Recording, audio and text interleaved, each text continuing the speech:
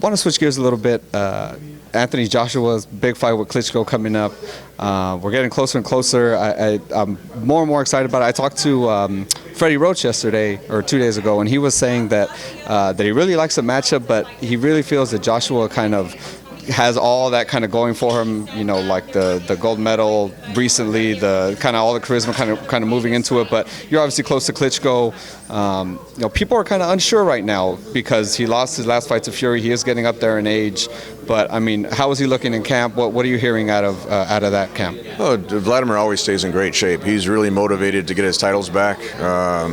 You know, he's really the original pioneer. Him and Vitaly were the original pioneers from Eastern Europe, kind of blazing the trail here in the U.S. You know, and then Triple G kind of took it to a different level, and Kovalev, and now you have the younger generation of fighters now with Lomachenko and Usyk. And but you know, with that matchup, you know, when you talk about big fights, you got two huge heavyweights, both in fantastic shape, both chiseled physiques, and in front of 90,000 people in Wembley Stadium. It doesn't get much bigger than that, so we're definitely looking forward to that matchup.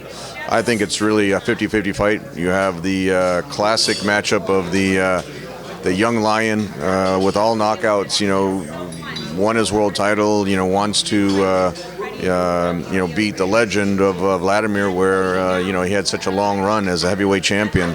That it'll be a tremendous fight. I think it's a huge step up in competition for Anthony Joshua, and I think it's a tough fight for Wladimir as well. When you got a young guy with all knockouts, it's a great matchup, and that's why I really think it's going to be a great fight for the fans, and it's really one of those classic 50-50 matchups.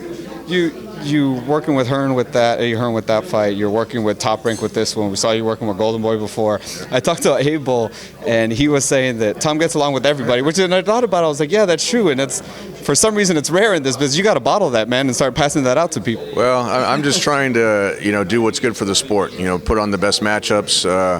You know, especially with Triple G, if I didn't work with all the promoters, then it would cut out even more opponents that didn't want to get in the ring with them. So, you know, this Michael Hunter is represented by Tom Brown and by Al Heyman. So this would be the third fight that we've done with Al Heyman together. And look, you know, it's just it's on a Top Rank show.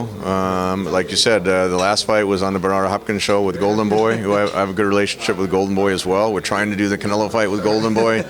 So that's why I got to keep a good relationship with everyone, just to try to, you know, put on the best matchups for the guys and the best opportunities. And I really think it's good for the sport when people can work together instead of working against each other.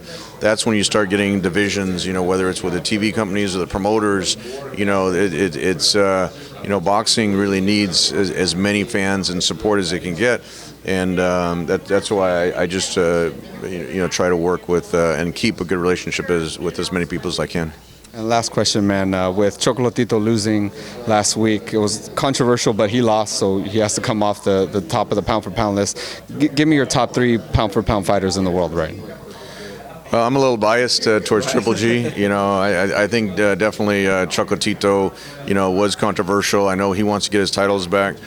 But I would have to put right now with Gennady beating, you know, Danny Jacobs and having such a long dominance with his knockout streak.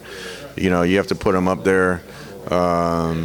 Lomachenko is got terrific talent. I mean, it's hard to name the top 3. A lot of people make a case for Andre Ward, you know, beating Kovalev. It was also, you know, somewhat of a controversial decision. But, you know, there's so much talent up there. It's really hard to go, you know, 1, 2, or 3. You can say top 5. You know, Terrence Crawford is up there.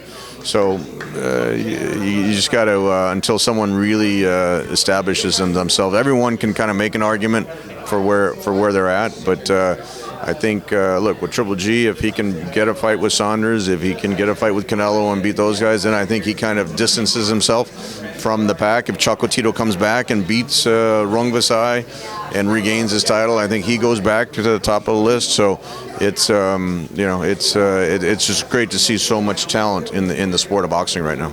Yeah, it's definitely kind of a mess up there, but thank you so much, Tom. Appreciate your time. April 8th, HBO, Alexander Usyk's opening up the card. It's a big cruiserweight, big personality. You guys are going to love him. Thank you so much, sir, for the time. Appreciate it.